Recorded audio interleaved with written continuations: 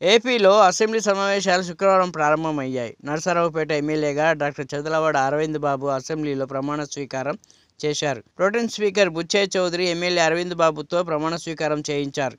అనంతరం pro tem speaker వద్ద చదలవాడ అరవింద్ బాబు ఆశీర్వాదం తీసుకున్నారు.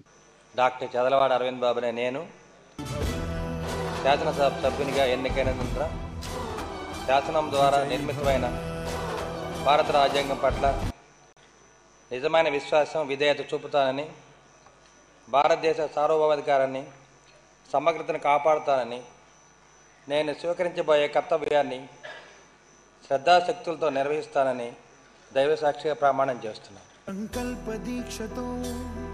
ఆంధ్రప్రదేశ్ శాసనసభ సభ్యుడైన డాక్టర్ చదలవాడ అరవింద్ బాబుని నేను